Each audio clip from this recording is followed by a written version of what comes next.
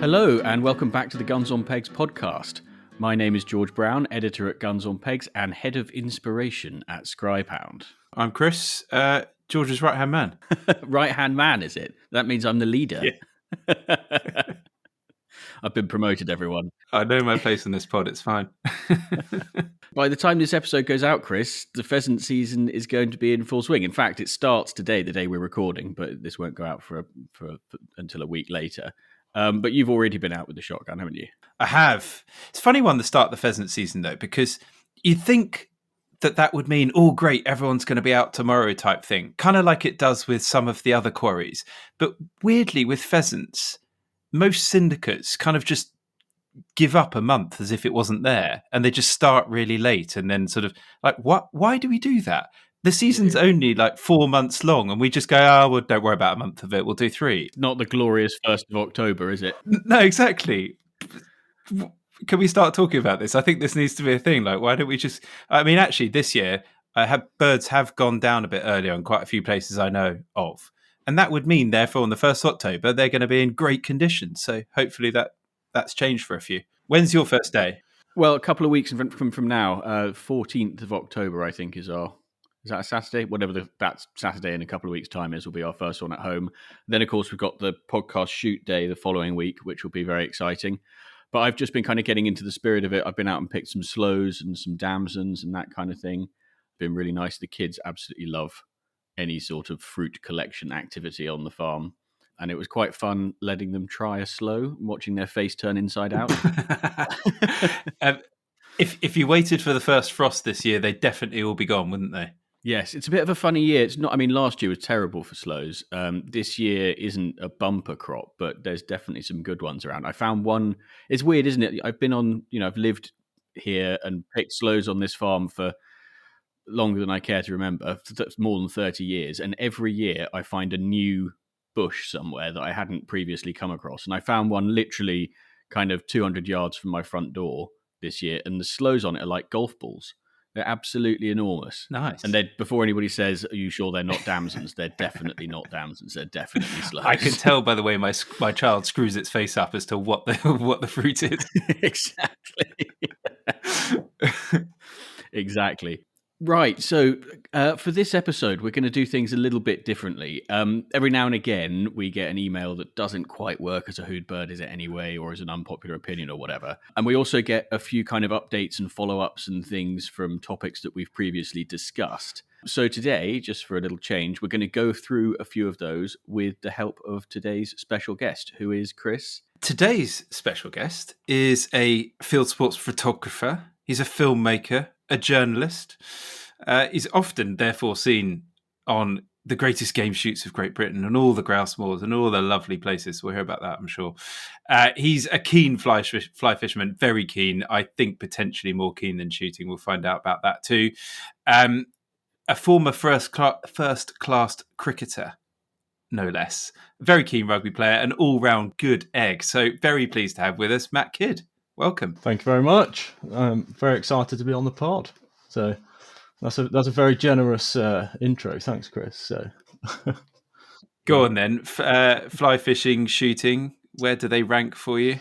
If it's what I want to do right now most, it's probably shooting, because I definitely haven't done as much as I have fishing. But if it was what I've done the most of and what I couldn't live without, it would be fishing. So wherever that is, brown trout, grayling, salmon, whatever.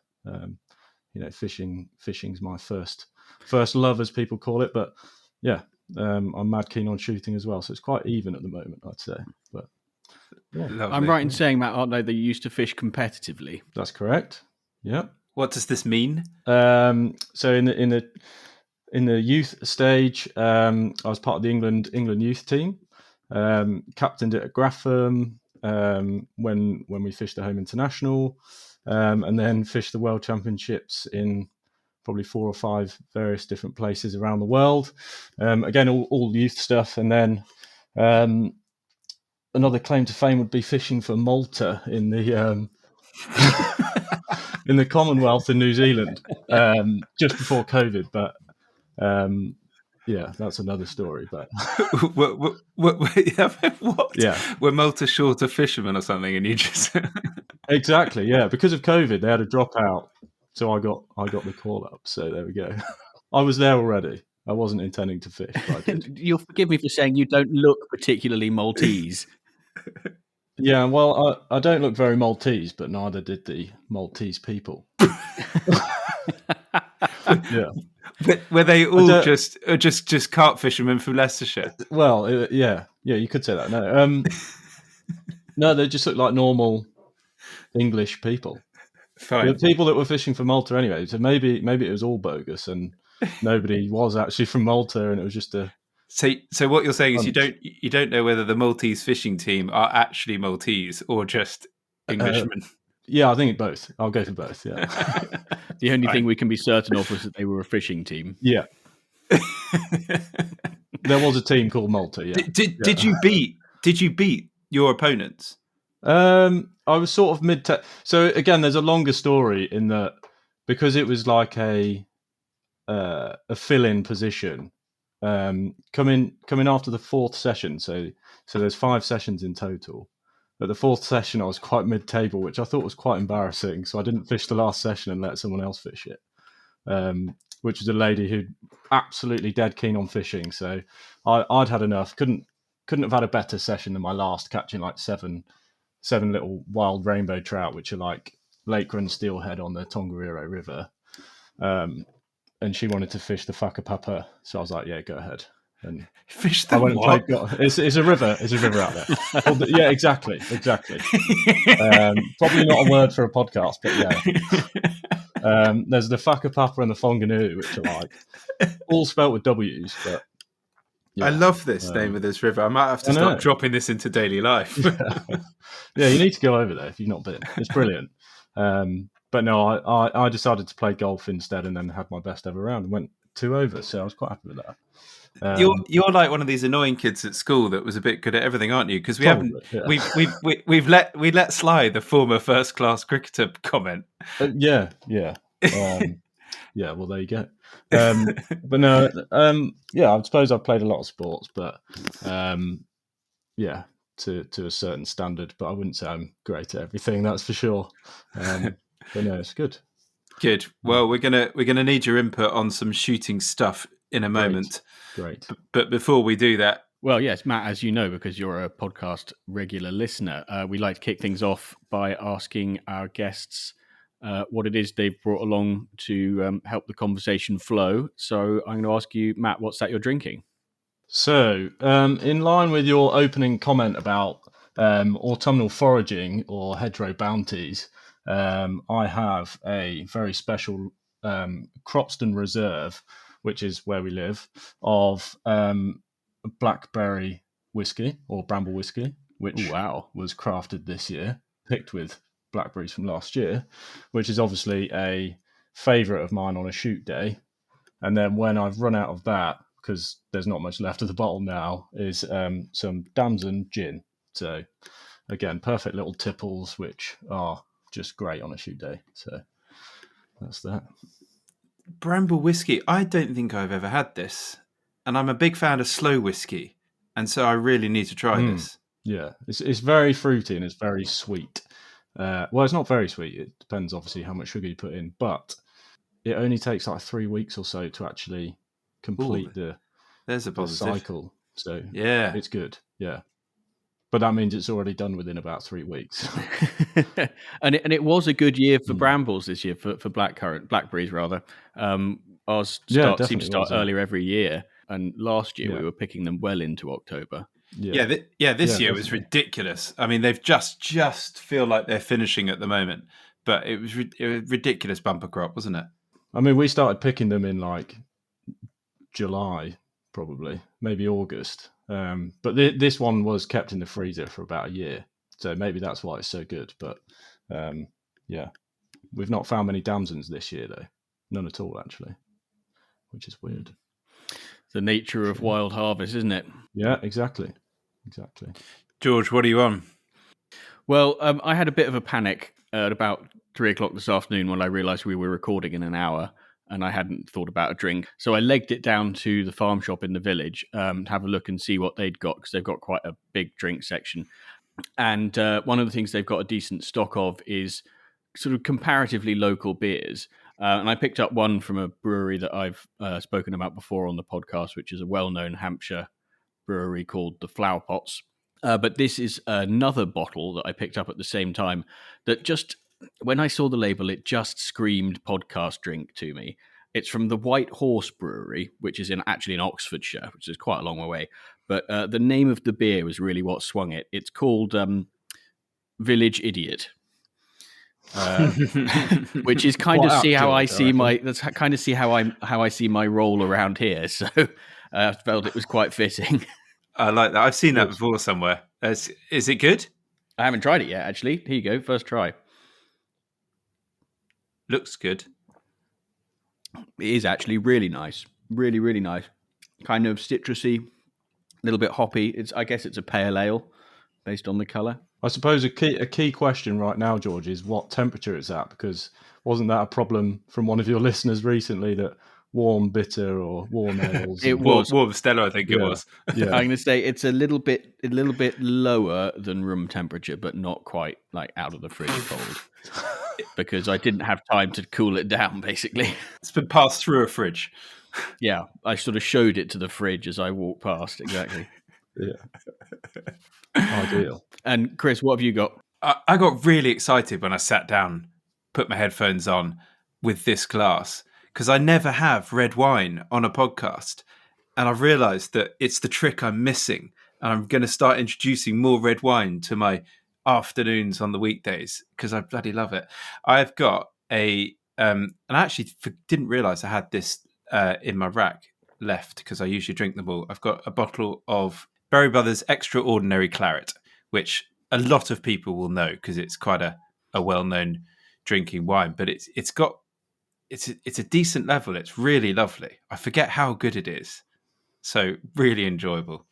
And I opened it a while back as well, which is key with that.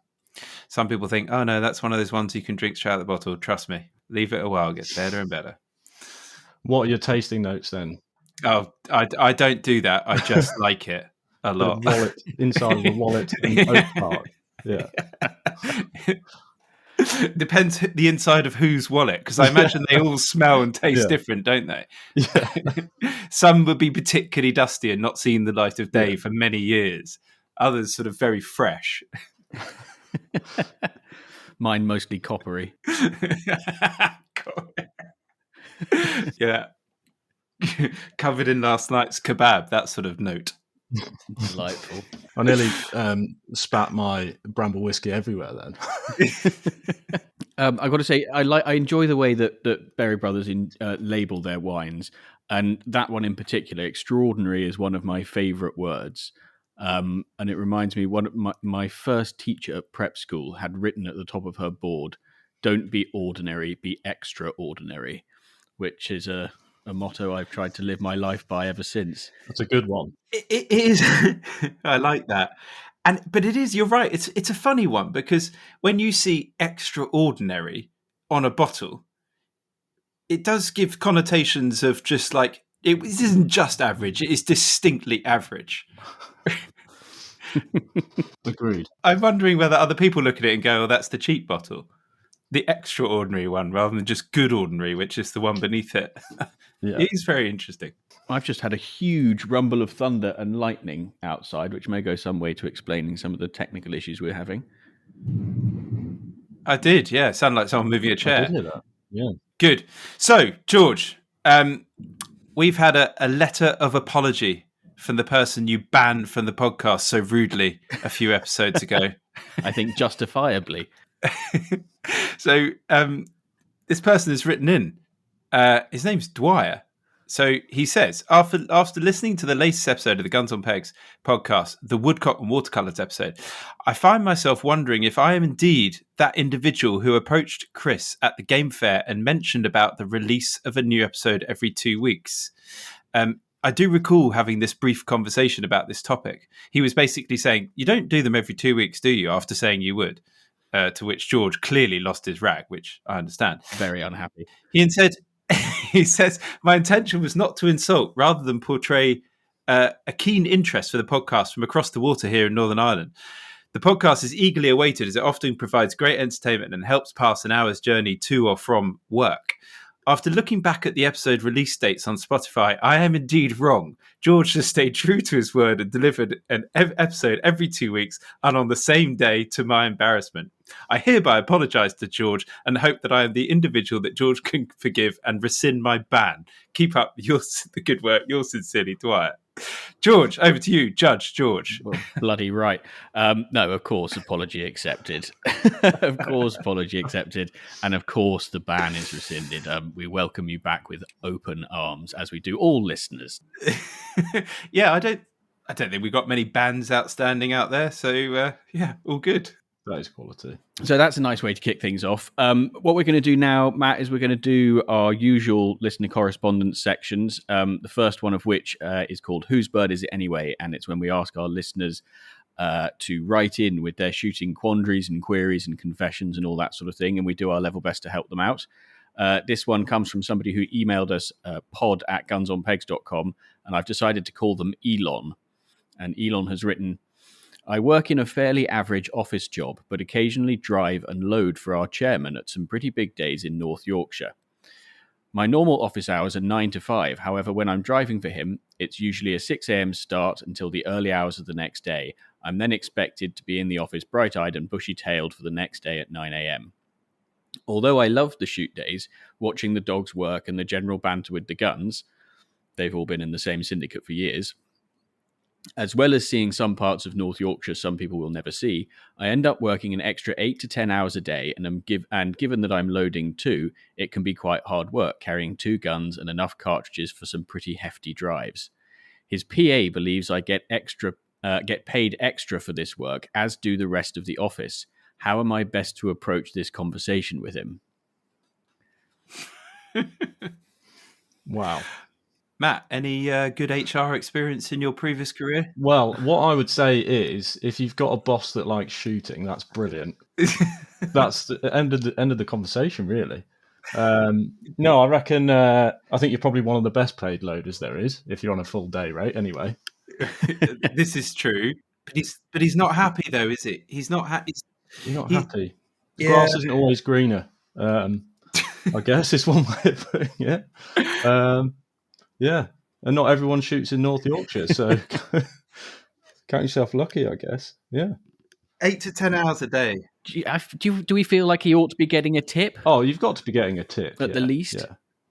Because a tip on a loader on a decent day is what? You're asking the wrong man. Well, I've heard of anything from 20 quid to a Land Rover, so yeah. I mean, yeah, I don't know, or a Range Rover, anything. That would make the middle like 30 grand. So yeah, that's not... yeah, average tip's 30 grand a season. No, yeah. I mean, we're probably for a loader, you've got to be looking at. I mean, it's got to be 80, 100 quid, right? For the actual loading fees or tip? Just for the loader. I suppose the loading fee is the kind of tip. It just goes straight to the loader, doesn't it? Yeah, I'd say it's a bit more than that, but I haven't had a loader for a while, so I'm probably going to be shouted at. It's more like 120. Then it depends where you go as well, because if you're on a grouse day, then they're like, "Yeah, price is now 250," and you just have to sort of sit quiet and go, "Oh shit, better go back to the cash point." Yeah, I'd say instead of increasing the pay packet, that he should at least get a go on a drive or 2 each day. Well, I would take that. Yeah, I think that's the one. You definitely want to shoot or the a drive. beater's day, but you're not beating, so maybe something like that. Some work perks. Thing is, like we don't know the backstory here. Like if he's in the situation that I find myself in, and George has as well, and you young children, right? And you want to spend time at home, but he's working 6 a.m. until late at night, and he's doing it. And yes, he's enjoying it, the rest of it, but he's kind of not. He's losing all his time at home. He's then saying his main point was, I've got to be back in the office 9 a.m. the next day. I can definitely understand, like, even though it's fun, he is still working. Like, it's not like, oh, count yourself lucky, mate. You're going on a nice pheasant shoot. Like, I'm kind of with him on this. I don't think that's enough. I think there needs to be something for all of that slog over and above, as you say. And it doesn't have to come in the form of cash. Surely the whole point of the shooting bit is some of the perks. Yeah, absolutely.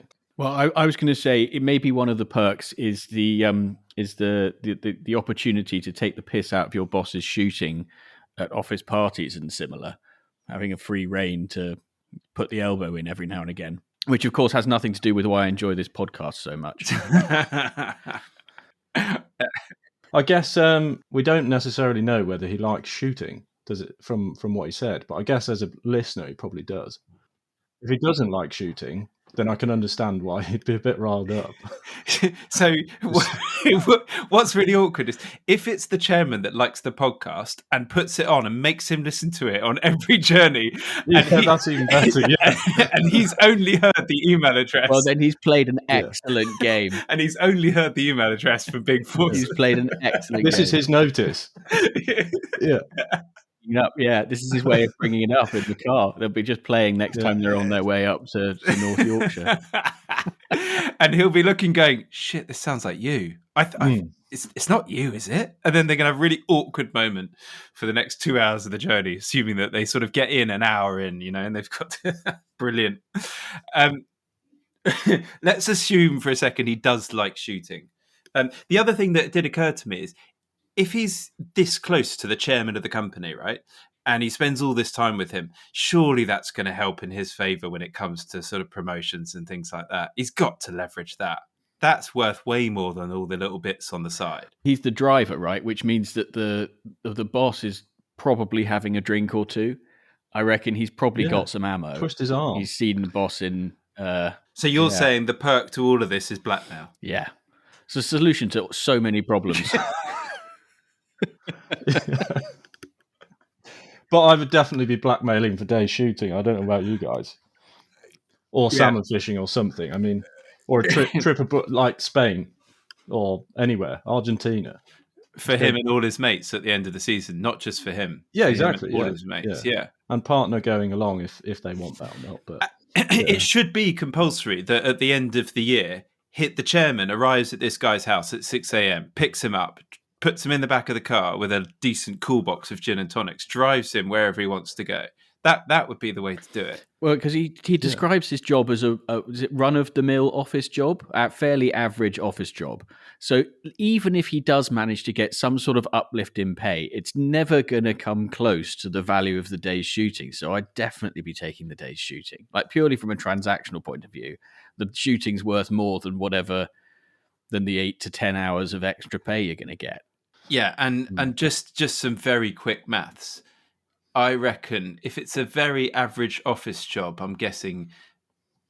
I reckon 10 days in this guy's type of shooting and it's the same as his salary. Yeah. Which has got to be slightly awkward in the car if this is his tone at the moment. Maybe he's just paid to drive him. And he actually doesn't worry about his office job. He just needs a good loader and one that's consistent and can't go elsewhere. Shit. Yeah. So actually, all along, the chairman's known this is coming. Yeah. And this is the whole reason for it in the first place. Imagine setting the KPIs. You've got to be loading at least 4 rounds a minute.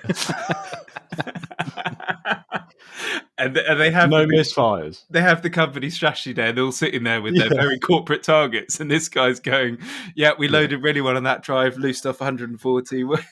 This year we swapped from Ely to Game Bore. Yeah. I heard a great story the other day, which is probably common knowledge for a lot of people, but Lord Ripon, back in the day, was at some big country house, somewhere very, very well established. And obviously there's pictures of him with his 2 or 3 loaders. And one day they weren't quick enough. And the lady of the house walked downstairs into the kitchen and found him practicing at 4 a.m. with his loaders. Do you reckon they do that in the office? Instead of like training weekend, it's just speed loading. No lunch break throughout the rest of the year when you're not shooting. Yeah. So not only is he working longer hours during the season, he's having to practice loading during the lunch breaks. Yeah. Team building is going on a sim day. Him still loading, everyone else shooting.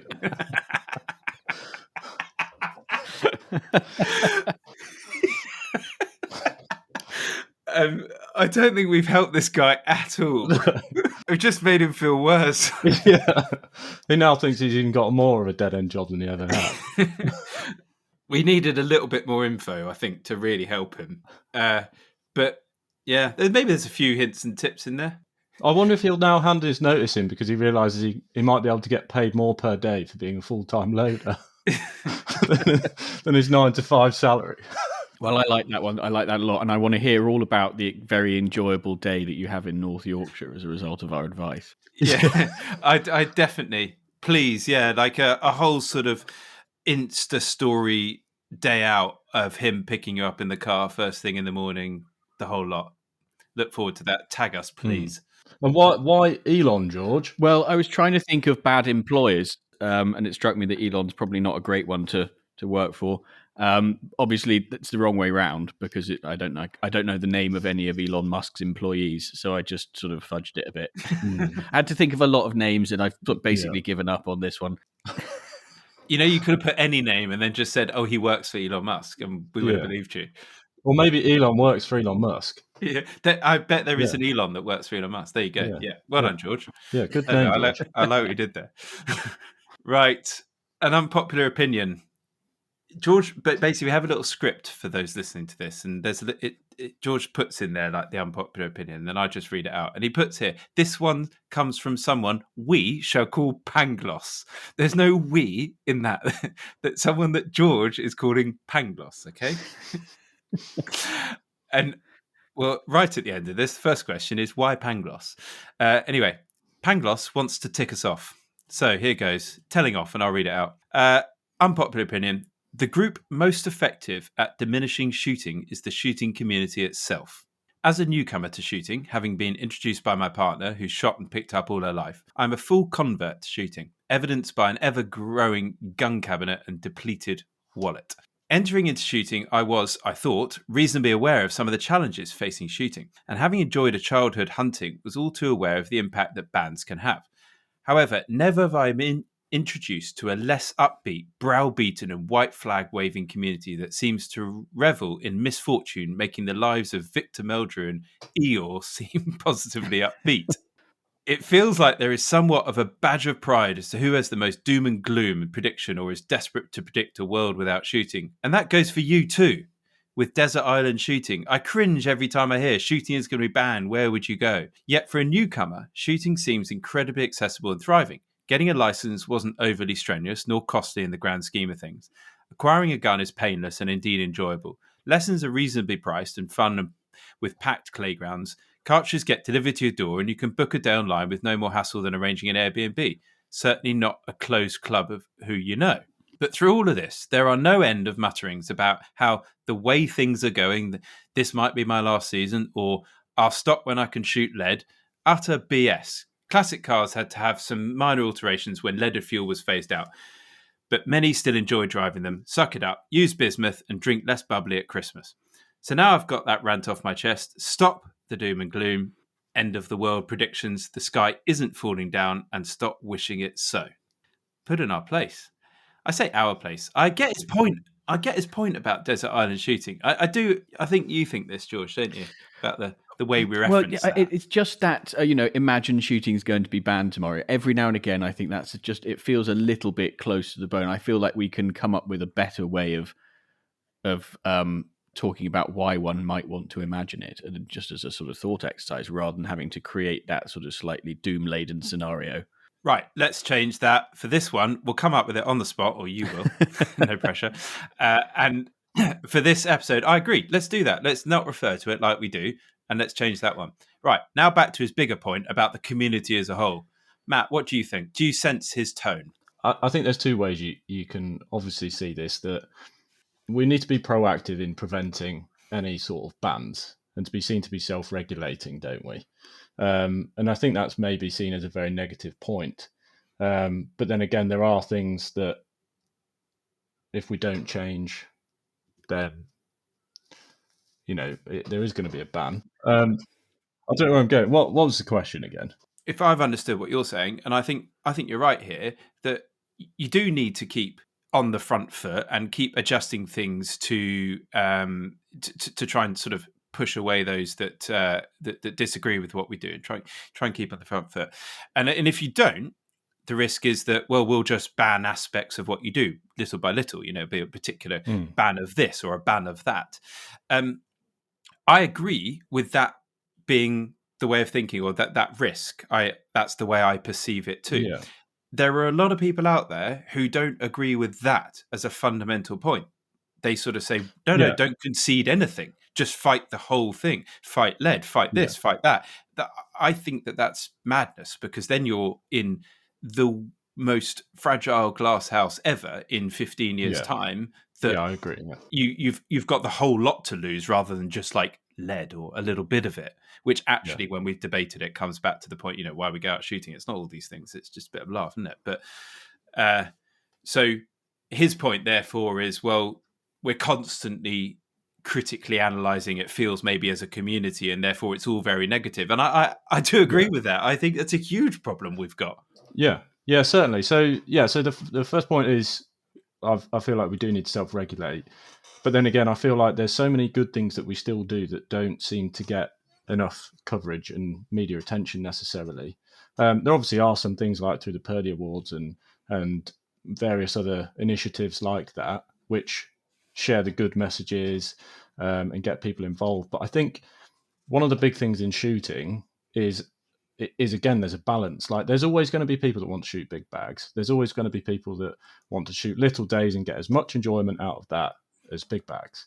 And again, it's not just big bags, but even different quarry species that cost thousands and thousands of pounds, and here, there, and everywhere. But I feel like as an industry, we can be very negative at times. But if we don't self-regulate, then I think there is going to be problems as well. So I think there's both arguments are valid. Well, yeah, I think I tend to come down on Pangloss's side of the argument here, which is, I think we talked about it a bit with Charlie at the Game Fair, didn't we? Which is that for the media, this is being banned, Wild Justice are doing that, Natural England are saying this, the National Trust are doing that. That's news that sells magazines, that gets people watching YouTube videos, etc. But and one of the things that certainly that I'm trying to do with the stuff that I write and with this podcast and with everything that I try and do in and around shooting is to try and focus on the fun and try and remind everybody that the reason we do it is because it's enjoyable and it's a great day out. I don't really love the negative side of things that we see quite so much in terms of the coverage and all the social media comments, and there's quite a lot of infighting, which does annoy me a lot. And I'd rather that people focused a lot more on the fun that they're having and the great time that they're having out with their friends, and the reasons that we do it. Yeah. And I don't think anyone would disagree with that. And I think the problem we've got is the sort of modern world of media, and especially social media. That shit just doesn't fly, does it? It doesn't gain interest.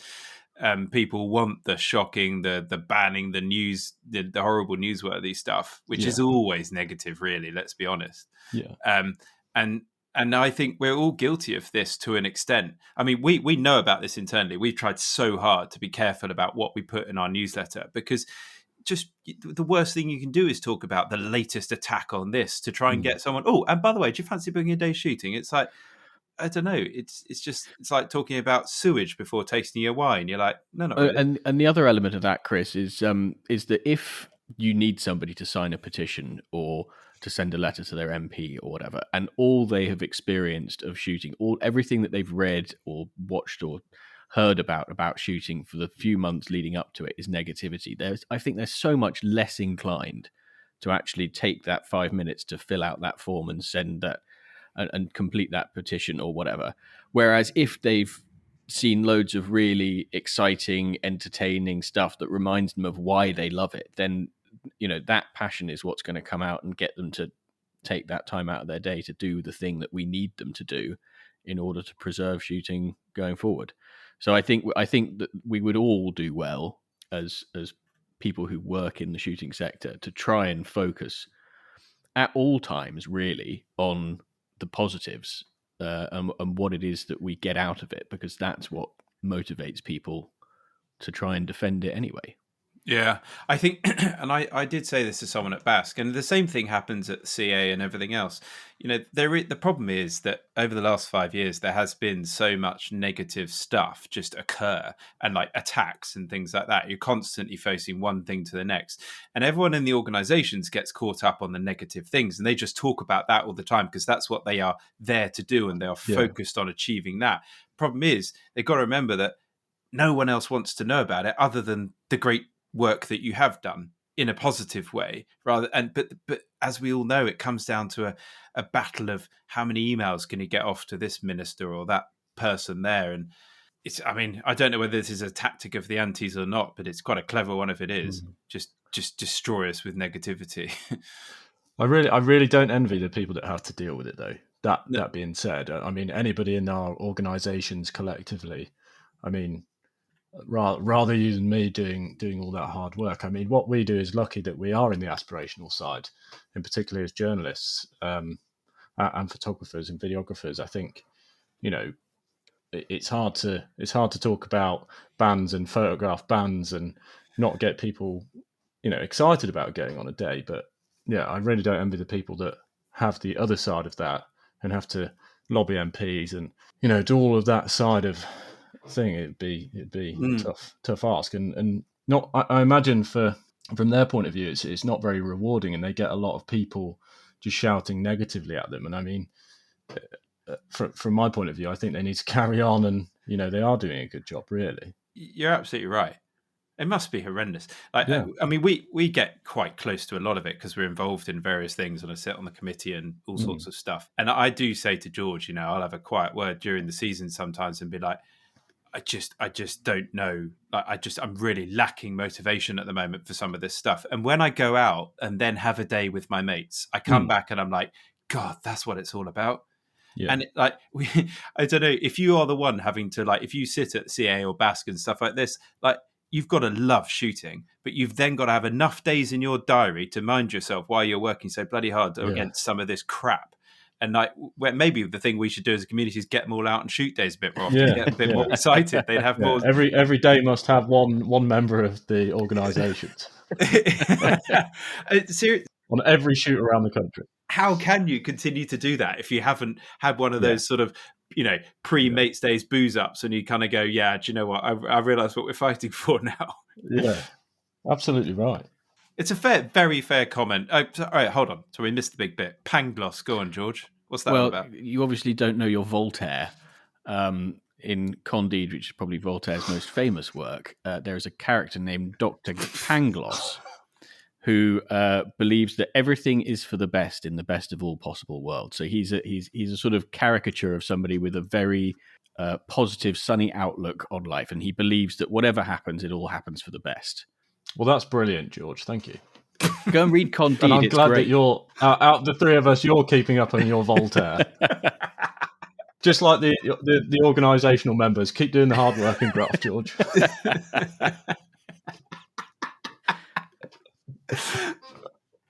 Brilliant. Yeah. Right. Thank you. Yeah. Well done, George.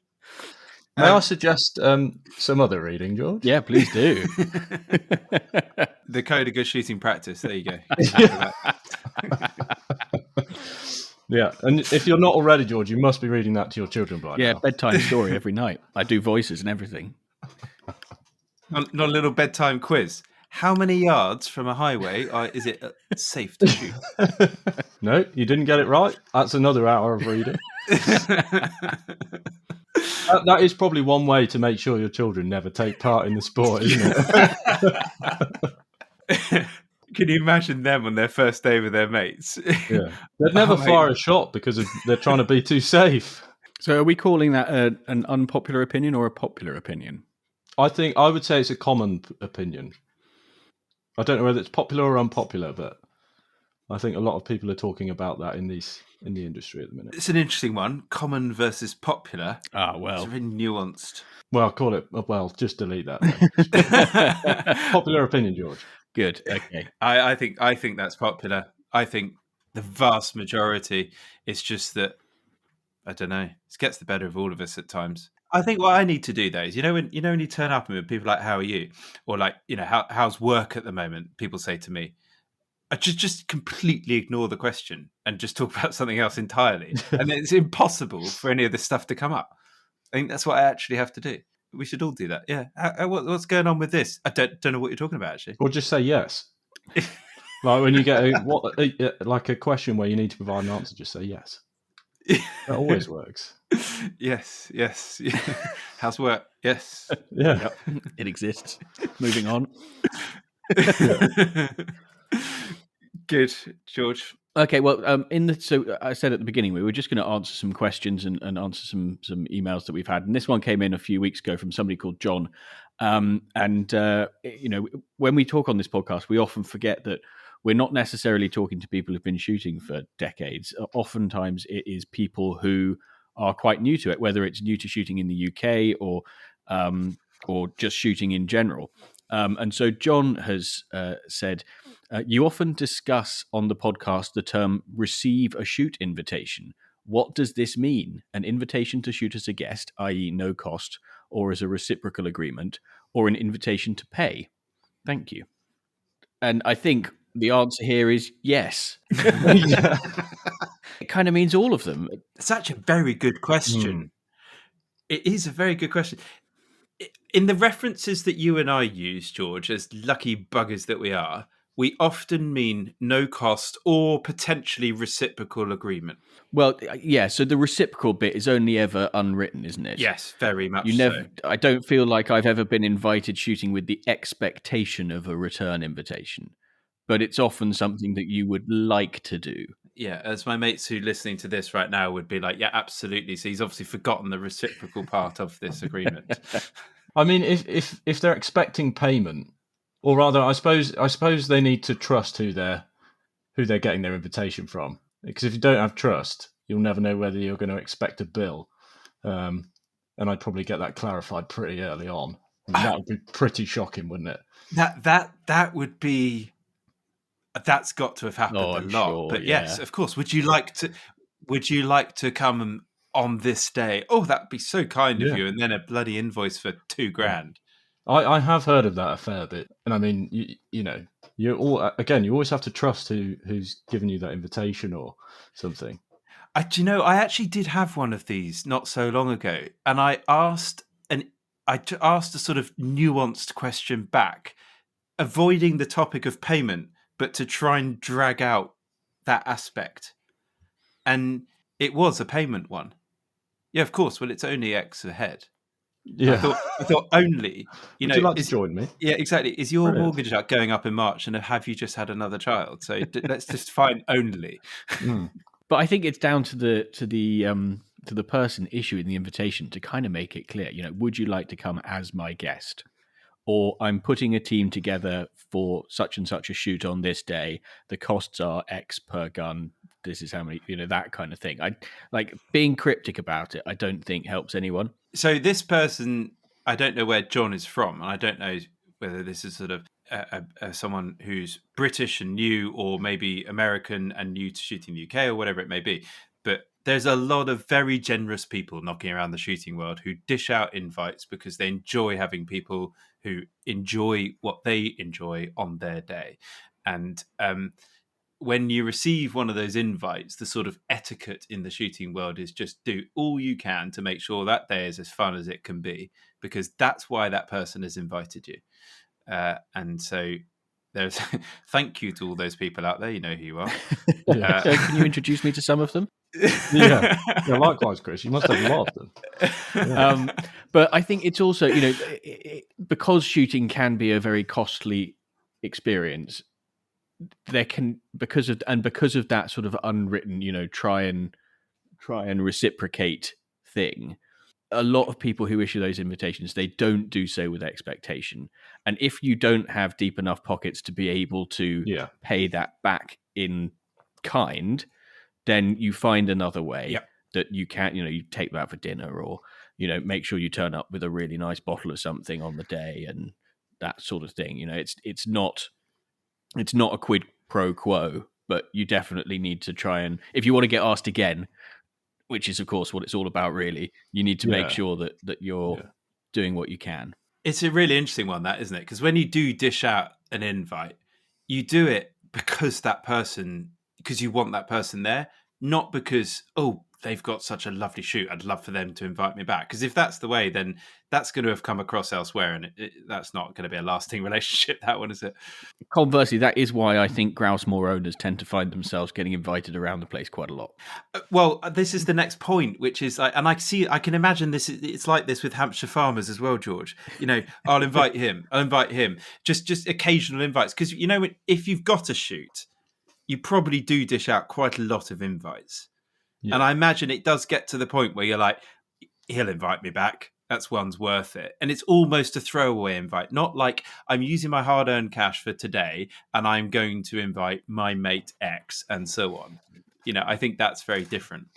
I guess one way to gauge that as well is if you're the person invited as a guest and you're on a day and nobody knows each other, you're probably going to know they're expecting something back. If there's no conversation, there's no between anyone, and they're all meeting each other, it's likely you either have to find a very nice bottle or something, or buy a day to invite them back on. Definitely. Yeah, very good. I think we have covered that one at least well enough. Very good of John to send that in. I appreciate that question. It's good to be kept on your toes because we do get carried away with things we say.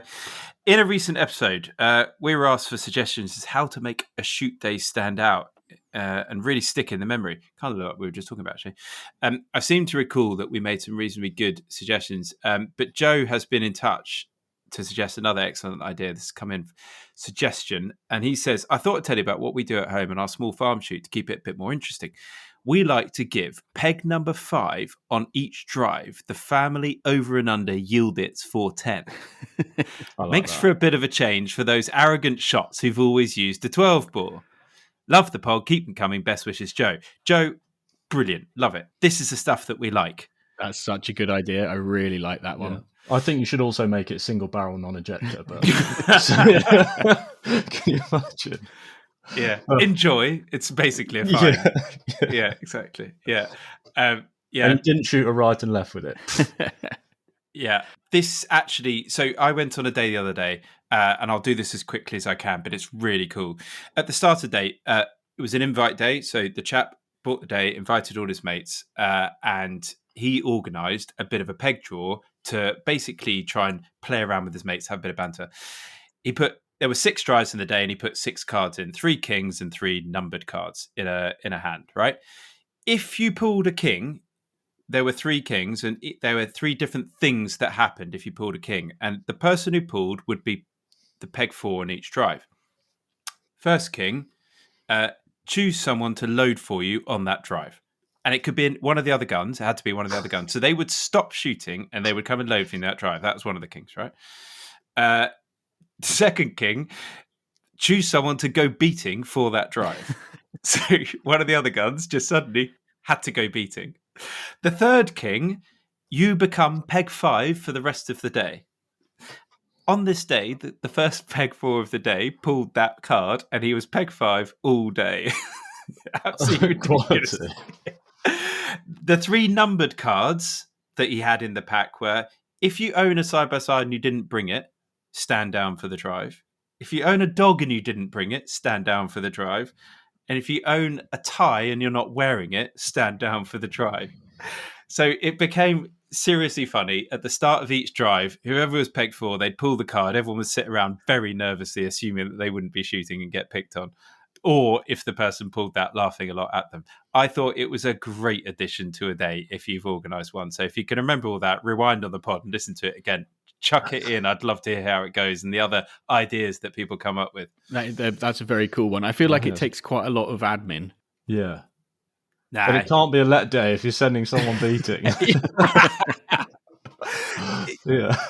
So, George, it wasn't much admin at all. Like, it just rolled at the start of each drive. Everyone was waiting for it. The person before would organise it, and they decided what they were going to be. That's the key.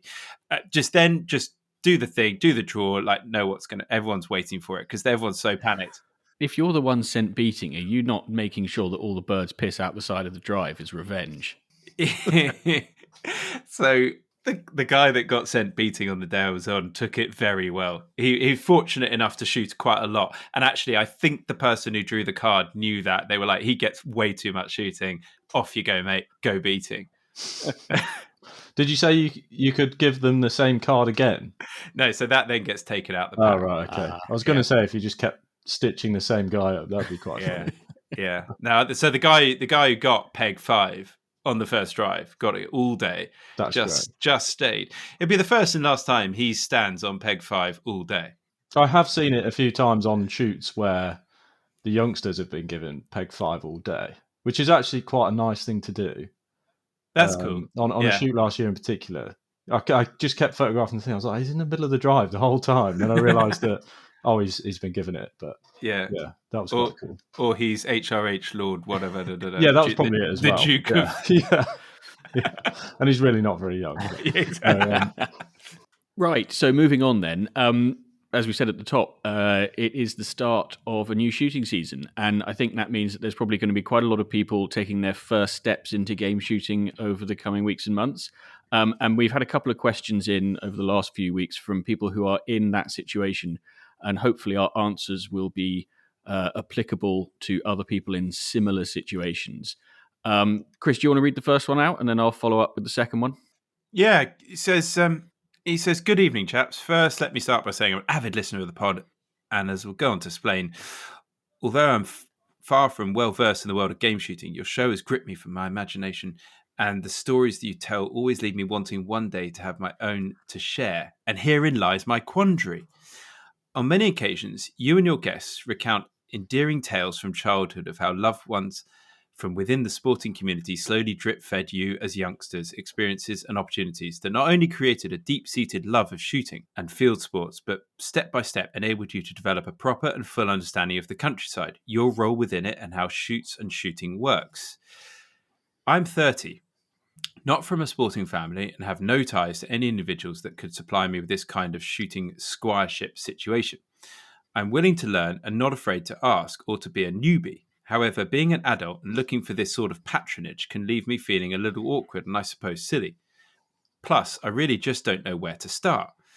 I would love to go and beat and be happy to help on a syndicate or any type of shoot with various tasks, really anything to get my eye in and immerse myself in the shooting community. I've been into the clay ground multiple times for lessons.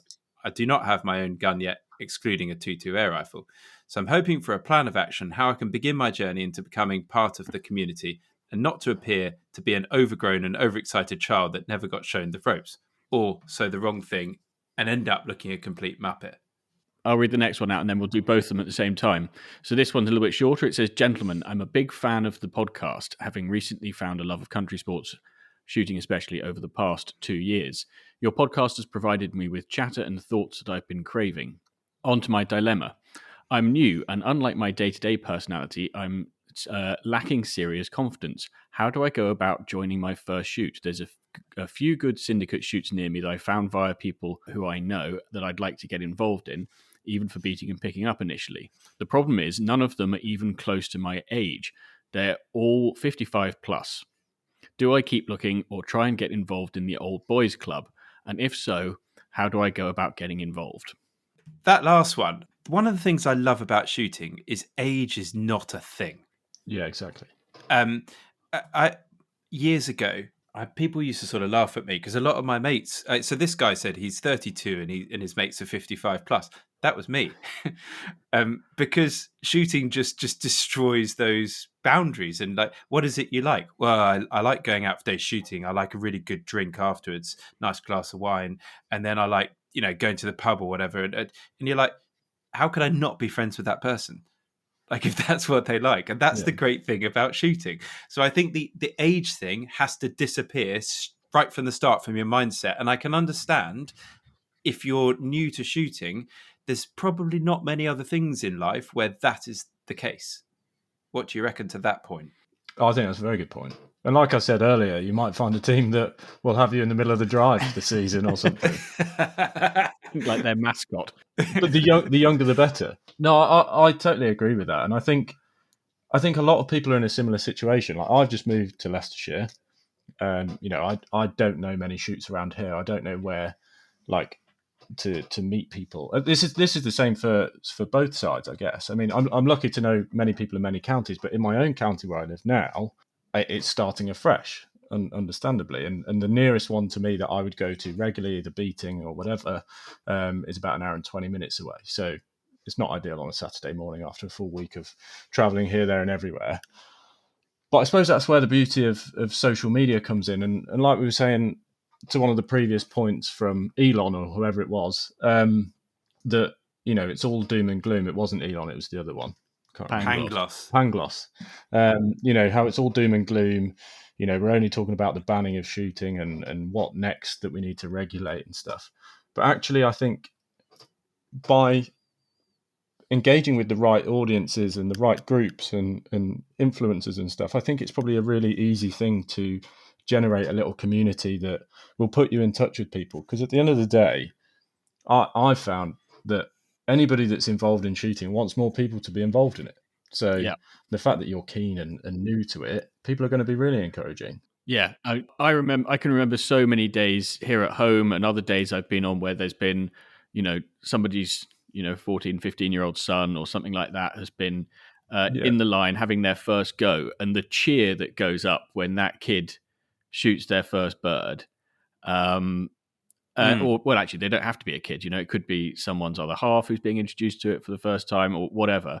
You know, people just want people to get involved in shooting, and they're generally, I mean, there's always going to be a few bellends who want to gatekeep, but for the most part, 99.9% of people who you meet out shooting are going to be thrilled that you're even remotely interested, and they'll do everything they can to help you. Go on, Chris. So I think I was just going to say, like, but reading both of these out, if I was running the local syndicate and someone was writing in that way about their passion, I'd be like, God, come on, message me. Like, there's things I can get you involved in. We'd love to have you as a part of the shoot, because it's the passion that drives it. If you don't have the passion, then it's game over, right? So I think the first thing to do, ask about locally, go to the pub, find out, do the syndicate come in here type thing? Who do I need to talk to? Like, that would be a good place to start. Obviously, Guns on Pegs can help a little bit. It is for the buying or shooting, and obviously there are syndicate places on there. So, like, that's slightly trickier if you're not wanting to join the syndicate as a paying gun first off. If you just want to sort of dip your toe in, start beating, whatever it might be, help out on the shoot, they would love to hear from you. I can assure you of that. Yeah, I mean, I'd imagine most syndicates up and down the country are crying out for beaters a lot of the time.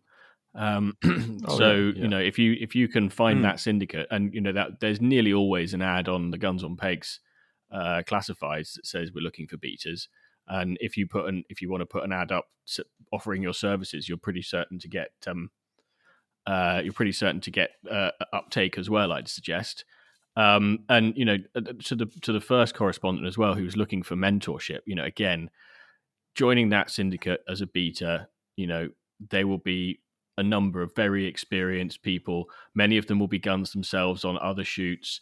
There'll be a keeper or a part-time keeper who maybe can get to take under their wing.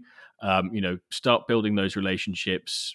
Be enthusiastic. Be keen. Volunteer for work days and stuff. And before long, you'll find that people are pretty thrilled to have you around, I'd say. You're absolutely right. I'm thinking back to various syndicates and stuff I've been involved with over the years. There will be someone that comes out of the woodwork that's just particularly kind to you, or you know, just always intrigued, or finding out how you're getting on. That person will become that sort of figure that this person's alluding to, that will help them put them in touch with other things, and also let them know, probably, yeah, don't do that, by the way, or look out for this, or whatever. You know, I think shooting community is pretty good at that sort of thing. And I don't think anybody expects you to know all the answers, even like well up in anything, even keepers, whatever. Nobody expects to know all the answers straight away, and mistakes are even made on grouse moors in terms of beaters. And you know, there's always a lot of inexperienced people out beating or whatever. So just ask questions. And the bigger the day, the more the guns love talking about themselves. So just keep asking questions. Well, and the fact that these guys have asked these questions of us shows that they're thinking in the right sort of a way. Yeah, that's what I mean. Like, reading it out, you're like, yeah, this is brilliant. I mean, there's people out here who want to get into shooting. Like, this is amazing. Like with that. So yeah, classifieds, social media, pub, talking to people, as many things as you can do. Yeah, and if you are heading out for your first day's beating or your first day on the peg this season, welcome, and I hope you enjoy it, because it's a tag us #GunsOnPegs on social media. I love those smiles when people those first days they get a group shot or whatever. That's just the most infectious thing going, isn't it? Yeah. So Matt, George is about to come up with Desert Island Shooting's narrative. I just saw your face. I realised that you were about to go into the intro, and then the sudden look of panic. And I just pivoted really quickly to you, George. So this is one last day's shooting because, George? Because it's a fun exercise. It's enjoyable to play these, to do these thought experiments. And of course, everything comes to an end sooner or later. And let's imagine that you've been given some horrible diagnosis and you've just got some bucket list stuff to tick off. Brilliant. That's better, isn't it? Fucking hell, George. That's lovely. Thanks, George. Right, we were all thinking it and no one wanted to say it. Thanks. Right, hold on. No, we've got to have another go at this, because that it's just terrific. Let's. Yeah. Can we give a reply to the guy who questioned that in the first place? Just stop being so literal. Full stop. Yeah. Right, that's not what's going to happen. They should be on a desert island. What is desert island discs? You've landed on a desert island, and that is you choose to meet. Right, okay. So let's just suppose that you're in a plane that had the best crash landing ever, and also in that plane were like 16 well-equipped beaters, and this island could go on for as long as you liked, and it had the ability to bring your mates onto it and present whatever quarry you wanted. In whichever weather, we can also bring weather to this island. So imagine that happen, Matt. You with me? Okay, that's good. Yeah, good. I think that goes in quite well. What would you do? Also, I'd like to say that I'd like to think that at least some mates would have been on the plane, and I'm not just on my own. They don't have to be teleported. They could have just been with me. Yeah. So some of them were with you onto the island, but not all of them on this plane with you, and these beaters and all of the rest of the shoot paraphernalia that happened to be on board this random flight. Go. Okay, we covered this. Yeah, you've done a much better job of it than I did. Terminal illness. Yeah, right, what are you doing, Matt? Right, so I had a little think about this, and I think I'm going to draw on a few of my favourite memories that maybe I was photographing and didn't get to pull the trigger, or maybe I did and would like to do it again. So I think number one is it's not like a driven start, but it will get into that. So I would pick a 6 a.m. walk across Lindisfarne in the mud, and go and see some duck. Probably not shoot anything, but and geese and everything like that. And just and you're walking out with just starlight as a guide to begin with. And if you're having the weather, let's have a really windy day. Not too rough, otherwise you won't really see the stars if it's too cloudy. So, and like I say, I'm not that bothered if I shoot anything or not. And then I'd like the sunrise to just be spectacular, as it was the last time I was there. Really cold, just epic, really open. So that's my morning, and then you get into about 8 o'clock by the time you're back. So a bit of breakfast, and then I reckon that's the ideal time to then go and have a bit of a fish for salmon. Again, not quite driven, but we'll get to that. Yeah. And obviously, again, it's not really about whether you catch anything or not, but it'd be good to have at least a good tug from a great salmon. That would be nice. Wherever, not that bothered. Anywhere. And then I think I'd then move on to some sort of mixed pheasant and partridge, some deep valley, just bit of like snap shooting, spot shooting, whatever you like to call it. Really thick and fast, but not too many. And then 11s is, a few good bevies, like the autumn bounty drinks, whatever George has made from this year, that's fine. And then I'd probably have 2 drives, and then I'd definitely want a walked up grouse sort of afternoon. Couple of birds are out, but see plenty.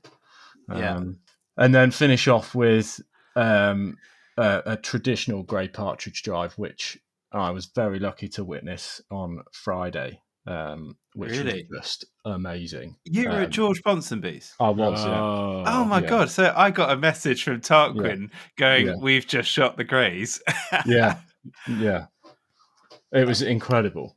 Really? Yeah. Like, just the best day. I mean, it wasn't the biggest bag or anything like that, which as we know, as many of the listeners will agree, it's not nearly what it's about. But I mean, you had 60 people that were there from all over the country as beaters, like estates in their own tweeds in like these little communities. But the birds, it's like, so I was only photographing, and it was the most unpredictable thing you could ever imagine. It was so fast, so thick, and just no idea where they were coming. And you're standing like 20 meters off a hedge, or 25 meters, and it's just amazing. And that's what would finish my day. And obviously people with me would be friends, father, potential father-in-law, which is another story for many other people. But is that an invite you'd be expecting back, or is this just sort of a... Yes, and I want a full driven day on grouse. Yeah.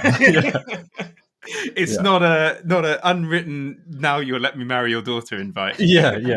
It's nothing to do with that. No. So that I think would be a pretty spectacular desert island experience. Yeah. I mean, you've got everything in there. I mean, everything in sort of middle. I also realised I've written. Well, I had a little note, but it's Northumberland, isn't it? The whole lot could be done. That was going to be my question. Where could you do this? It's all in Northumberland, yeah. You could do, Lindisfarne's Northumberland. You could, but there are others, like Featherstone or anywhere like that, which is a great shoot, which I've been lucky to visit already this year. Grays is obviously at Alnwick or somewhere. I mean, it's just move up there. I was thinking that it's quite an out there. I mean, it's an adventurous desert island shooting. It wasn't like, I'll go on my local syndicate with my dad. It was quite an adventurous one. But you're right, the whole lot in one county. People in Northumberland don't realise how lucky they are. Yeah, I mean, you got South Tyne or the Tyne anywhere. I mean, you got everything. Yeah, grouse, perfect. I mean, having said all of that, organising that in one day takes quite something. No, I don't get involved in that. That's your job, Chris. Or George. Yeah. I mean, that would be some sort of McNab, wouldn't it? Or rival. That would be awesome. It make a McNab look fairly useless, I think. Yeah. So if anyone wants to arrange that, more than happily come and either A, photograph, or B, shoot. It'd be great. Who's got Wild English in Northumberland? I think they've got some at Alnwick. Well, I know they have, but there you go. Actually, to be honest, does the Duke of Northumberland need to venture off his estate to even do your desert island shooting? I don't think he doesn't own Lindisfarne. I suppose the Lindisfarne trip maybe doesn't own that, but no, but he's got a bit of something out there, surely. Anyway, must have somewhere. Nice. We can dream. Well, beautiful one. Really like that one, Matt. Thank you. Yeah, really good. Thanks for joining us, Matt. Yeah, thank you very much for having me.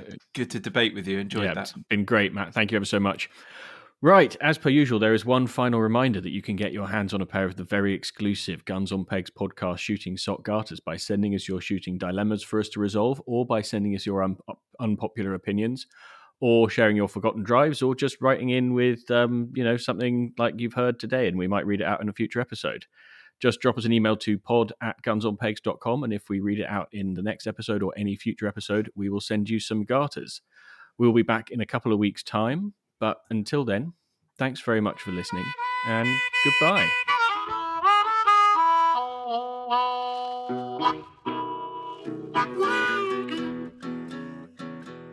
I want to know when you're going to start doing the Guns on Pegs order of the garter beaters, though, or bucket hats. Wife beaters and bucket hats. No, so do you know what? There is another level of order of the garters coming. There's another level coming, and it's garish. Nice. Stylish is what Chris is trying to say. Stylish. Is it like a baggie? Like a Guns on Pegs baggie? That would be great. You wait and see. But I do think Guns on Pegs podcast, wife beaters and bucket hats sim day. That'd be the that'd be the thing. You know, we were debating about like shooting having its problems. That would not be one of them.